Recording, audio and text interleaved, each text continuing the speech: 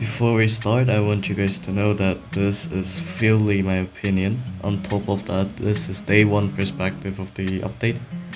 So any meta could change any moment. And if there is anything I want to change for the tier list, I'll leave it in the pinned comment. Enjoy. The first unit is Yamamoto, and he's probably the strongest unit in this update.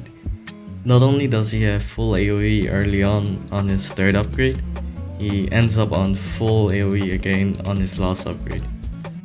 On top of that, he has his passive where he spawns in clones from the base every time he kills something. I mean, like, look at this. Yamamoto is a 3 placement burn unit in this update, and he is probably the strongest.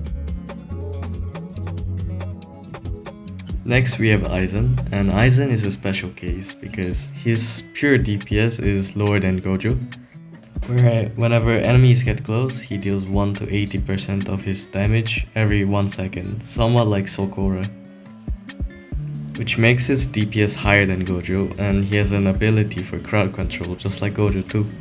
So think of him as a better Gojo, but one downside of him is that he costs so freaking much. He is so expensive, he's probably only viable in Infinite currently. And since most people don't even play Infinite, I do not recommend you get him unless you're going for some kind of leaderboard runs and stuff. But he is essentially a really strong character if you don't look at the money aspect. He will go in the only Infinite tier.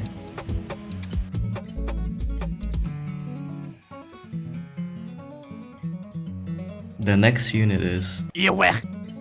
He is a really strong unit, but I highly don't suggest you grind for his bomb ass, because it takes like 2 hours for his mode to even pop out in the first place. 2% chance. And he's just Gojo with extra steps. His DPS don't go far away from Gojo, but he has a passive where he can nerf all the allied units in his range and buff himself.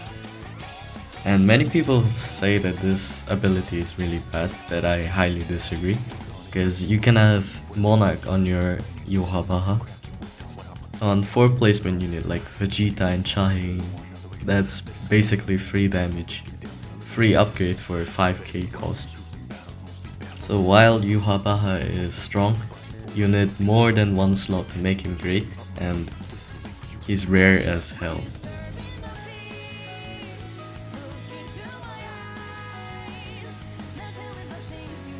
Kisuke is just a la carte. He does wound, but instead of full AoE, he has a circle AoE.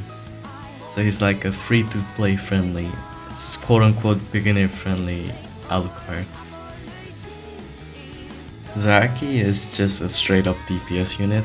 He does really good DPS, he has cone AoE, and every third move he stuns himself, and in exchange for 20% of his damage, he does full AoE attack. He's a really strong unbound DPS if you need unbound.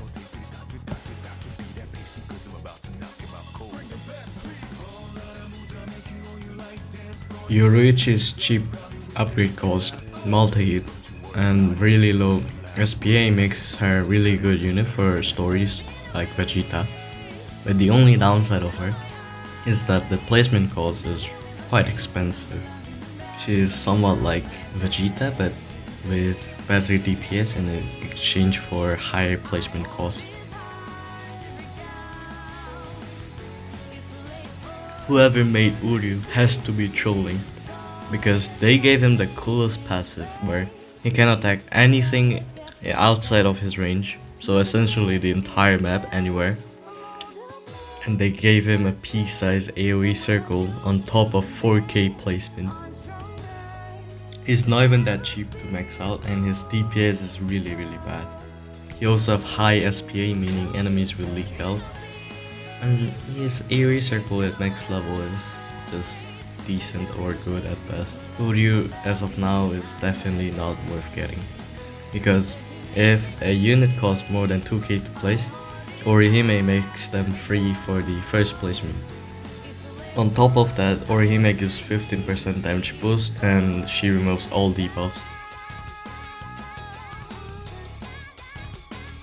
Ichigo's second passive makes him so that he can take advantage of group passives such as Sakura and Saber Alter's passive where the curse tower blah blah. But Ichigo as a flat tower is just a decent tower at best, so he'll go under Choso.